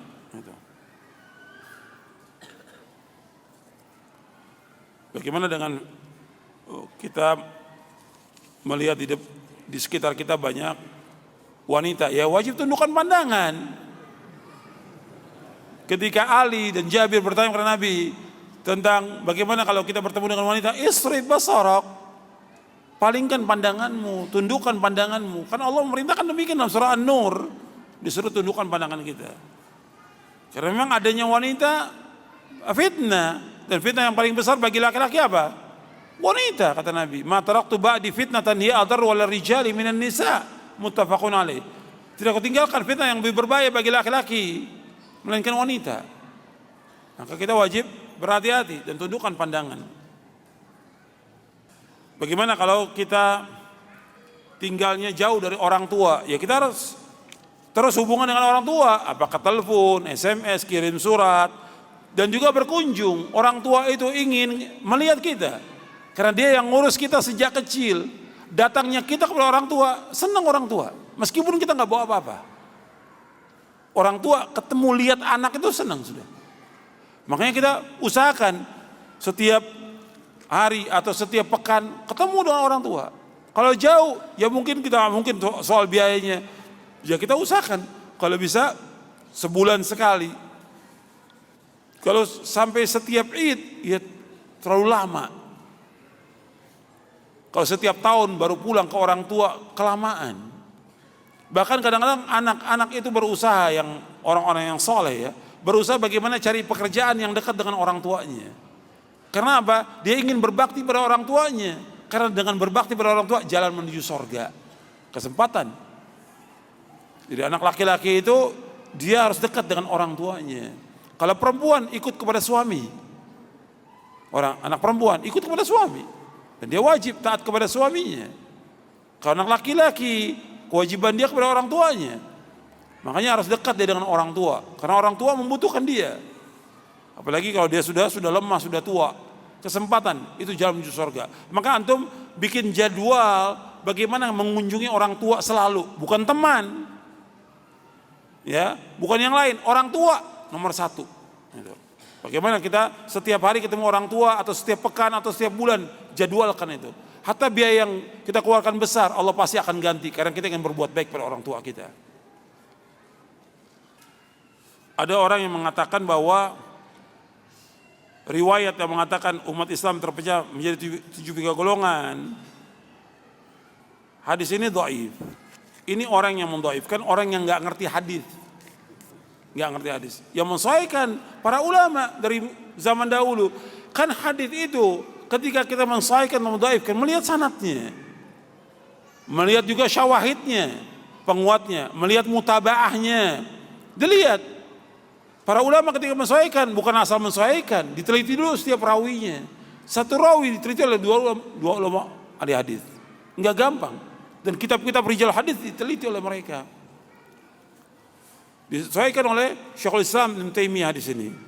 Disesuaikan juga oleh ulama-ulama yang lainnya. Syekh Al-Albani mensesuaikan di dalam kitabnya Silsilah Hadits As-Sahihah di juz yang pertama. Disesuaikan oleh Syekh Al-Albani.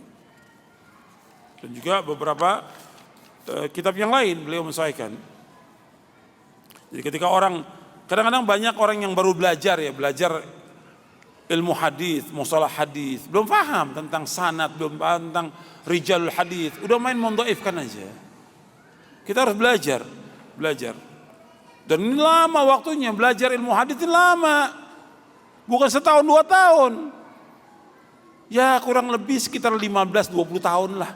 Gitu. Belajar kita mendalami tentang ilmu hadis ini, enggak gampang.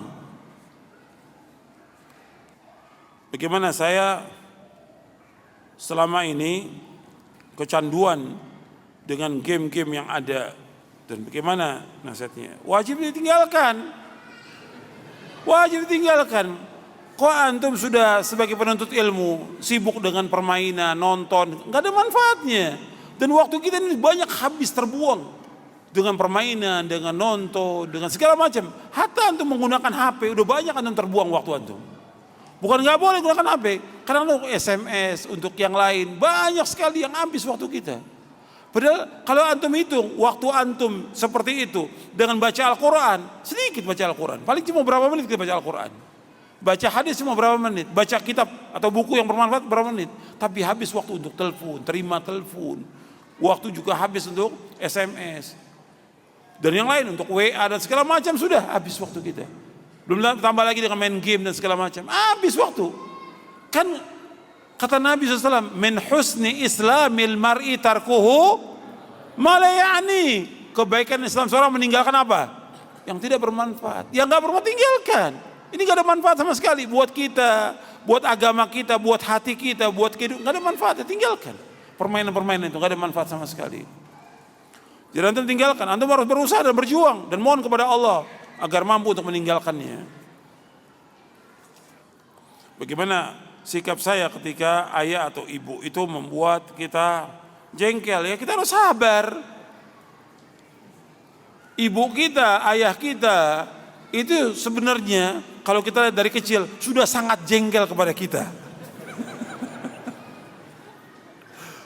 Kita ini banyak nyakiti orang tua dari mulai kecil. Iya, tapi orang tua gimana? Sabar yang luar biasa. Lihat antum, ibu antum atau ayah lagi gendong antum, kencing antum. Tapi apa dia marah? Apa dibuang nih bayinya? Enggak.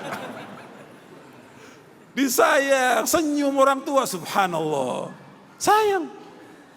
Antum coba, bagaimana antum bayangkan bagaimana orang tua itu di saat kita masih kecil. Digendong, diberikan makan, kita kencing diceboki oleh orang tua, buang air besar diceboki. Kita butuh makan dicari, kita sakit dibawa. Orang tua gak jengkel. Sabar. Nah antum begitu juga menghadapi orang tua, harus sabar. Gak boleh jengkel, mengatakan gak boleh, mengatakan menengking orang tua gak boleh. Orang tua udah sangat sabar kepada kita. Kita juga harus sabar kepada orang tua. Ketika ada hal-hal atau perbuatan atau perkataan orang tua yang kadang seperti menyakiti hati kita, kita sabar. Dia tetap orang tua kita yang wajib kita menghormati, wajib berbakti pada orang tua. Doakan kebaikan buat orang tua kita. Bagaimana kita mengajarkan akhlak kepada anak-anak kita, kapan kita mulai? Ya mulai dari kecil. Mulai dari kecil. Dari mulai kecil itu kan kita bisa, dari mulai makan, kan dia kalau kita kasih makanan atau apa, dipegang tangan apa? Tangan kiri, pindahkan, terus seperti itu. Sebab harus dengan tangan kanan, dia makan wajib dengan tangan kanan, dia minum wajib dengan tangan kanan, diajarkan terus. Ketika ada anak kecil di zaman Nabi SAW, makan, dia meraba-raba makanan itu. Kata Nabi, ya gulam, samillaha, kul biyaminik, kul mimma yalik. Wahai anak kecil, baca nama Allah ketika makan, minum, baca bismillah. Makan dengan tangan kamu, tangan kanan. Makan dari yang dekat, nggak boleh yang jauh meraba-raba yang lain. Dari yang dekat makan. Nabi ajarkan tuh, masih kecil. Seperti itu. Bagaimana kalau ada dai atau ustadz yang dia banyak ceramah kemana-mana tapi nggak ngerti bahasa Arab? Ya wajib dia belajar bahasa Arab. Ya bagaimana dia memahami Al-Quran, memahami Sunnah, membaca kitab tafsir, memahami hadis dan syarahnya kalau dia nggak ngerti bahasa Arab. Wajib dia belajar bahasa Arab, wajib. Tapi sekarang memang terlalu berani orang itu, terlalu berani. Belum punya ilmu, belum menguasai ilmu sudah ceramah kemana-mana. Dia boleh memberikan nasihat untuk siapa? Pertama untuk dirinya, yang kedua untuk istrinya, yang ketiga untuk anaknya. Karena dia wajib menjaga diri dan keluarga dari api neraka. Ya ayyuhalladzina amanu qu anfusakum wa ahlikum nar. Adapun untuk orang lain, dakwah, ya orang-orang yang berilmu, nggak boleh orang yang tidak berilmu berdakwah, nggak boleh dalam Islam, tidak boleh. Sekarang banyak yang terjadi demikian, seperti yang di televisi banyak yang nggak ngerti agama, ceramah, bahkan agama ini dihinakan oleh mereka, penodaan agama kalau antum lihat di televisi itu, penghinaan kepada agama. Mereka dakwah ini dipakai dengan nyanyi, dipakai dengan tertawa, dipakai bercanda. Nggak bisa agama seperti itu. Agama ini keseriusan, dibawakan dalil hujjah, bukan dengan ro'yu, bukan pendapat, bukan dengan sambil nyanyi, bercanda, bahkan dengan perempuan lagi, kadang-kadang di hadapan perempuan. Ini menghinakan agama yang seperti ini. Tapi umat Islamnya karena jahil, diam aja semuanya. Diam. Majelis ulamanya menegur yang seperti itu. Bahwa ini menyimpang dari syariat. Bagaimana adab dan akhlak seorang penuntut ilmu dalam menasihati seorang ustadz yang tidak punya akhlak. Artinya enggak, umpamanya dicontohkan diantaranya tidak salam kepada orang, tidak mau memberikan salam. Ya diingatkan. Mungkin dia lupa, diingatkan. Tapi tetap, saya juga bawakan di buku ini tentang adab kita kepada seorang guru. Guru ini punya jasa yang besar. Bahkan kalau kita sandingkan antara orang tua dengan guru, orang tua hanya mampu melahirkan, tapi belum tentu orang tua mampu untuk mendidik anak ini mentauhidkan Allah, mengerjakan sunnah. Tapi guru, dia mendidik anak ini paham tentang tauhid, paham tentang sunnah, menjauhkan syirik, menjauhkan bid'ah, paham tentang agama. Makanya guru mempunyai keutamaan. Nggak boleh kita hinakan guru atau ustaz itu punya jasa yang besar. Dia juga sebagai orang tua. Bahkan Imam An-Nawawi, perhatikan, Imam An-Nawawi di dalam kitabnya Tahdzibul Asma wal Lughat di juz yang pertama, kata Imam An-Nawawi rahimahullah bahwa guru itu abaun fid din. Guru, ustadz, aba fid din, yaitu orang tua dalam agama. Orang tua dalam agama. Jadi guru-guru kita, syekh-syekh kita itu aba fid din. Bahkan adanya guru itu merupakan jalan yang membawa kita kepada Allah. Kita bisa tahu, kita bisa dekat dengan Allah, kita bisa beribadah karena guru yang mendakwakan kita. Makanya nggak boleh kita melecehkan guru atau menghinakan guru, nggak boleh. Wajib kita hormati guru itu. Ada saya sebutkan di buku ini. Kita wajib memuliakan guru kita.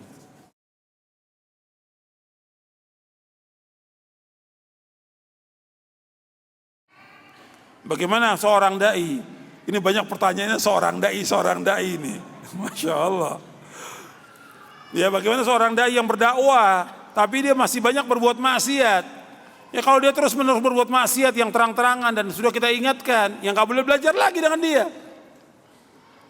Kalau dia terus maksiat, udah diingatkan nggak depan umum, diingatkan berdua atau datang ke rumahnya diingatkan, ditegur dengan baik kepada si dai ini. Tapi terus dia berbuat maksiat, ya tinggalkan. Nggak boleh belajar orang yang pada sahibul ma'asi, yang musir alal ma'asi, terus menerus dalam maksiat nggak boleh.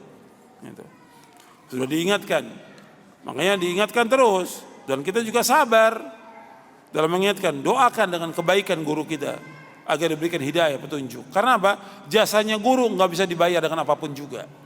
Jasanya guru menjelaskan agama kepada kita, membimbing kita, nggak bisa dibalas dengan apapun juga. Makanya disuruh kita membalas kebaikan guru dan mendoakan dia. Nabi bersabda, antum dengarkan. Nabi bersabda, "Man sana ilaikum ma'rufan fakafi'u. Fa illam tajidu ma tukafi'unahu fad'u lahu hatta taraw annakum qad kafa'tumu." Barang siapa berbuat kebaikan, kamu balas kebaikannya. Kalau kamu enggak mampu membalas kebaikannya, kamu doakan dia sampai kamu sudah merasa kamu sudah membalas kebaikannya. Sekarang Nabi menyebutkan man sananikum ma'rufan. Ma'ruf, enggak ada ma'ruf yang paling ma'ruf di muka bumi melainkan ma'ruf ilmu. Orang memberikan harta, duit kepada kita umpamanya. Orang memberikan uang pada kita, wajib gak kita balas kebaikannya? Wajib kita balas kebaikannya. Paling tidak kita doakan bagi orang itu. Uang dengan ilmu lebih utama mana? Ilmu. Uang kita dikasih 100.000, hari ini juga habis. 1 juta sebulan habis. Tapi kalau ilmu terus bermanfaat sampai kita meninggal dunia. Makanya barang siapa berbuat kebaikan kepada kamu, kamu balas kebaikannya. Kalau nggak mampu balas, doakan kebaikan. Jadi guru itu kita doakan terus kebaikannya. Kalau dia salah, doakan agar diberikan hidayah oleh Allah Taala. Ya, saya pikir cukup sampai di sini. Mudah-mudahan bermanfaat bagi kita dan bagi semuanya yang mendengarkan dan juga yang menyampaikan. Mudah-mudahan kita diberikan oleh Allah SWT kenikmatan dalam talabul ilmi, diberikan oleh Allah adab dan akhlak yang mulia, diberikan keberkahan dari ilmu yang kita kaji, yang kita tuntut, dan mudah-mudahan Allah juga mengampuni dosa-dosa kita dan menetapkan kita di atas Islam dan Sunnah. Kita harus terus belajar dan belajar, dan nggak boleh kita berhenti sampai kita diwafatkan oleh Allah SWT. Dan kita terima kasih juga kepada panitia yang sudah bersusah payah untuk memberikan fasilitas kepada kita, membantu untuk adanya kajian ini, dan juga kepada antum sekalian.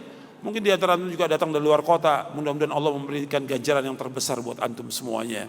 Wa sallallahu nabiyana Muhammadin SAW. Subhanakallahumma bihamdik asyhadu an la ilaha illa anta astaghfiruka wa atubu ilaik. Assalamualaikum warahmatullahi wabarakatuh.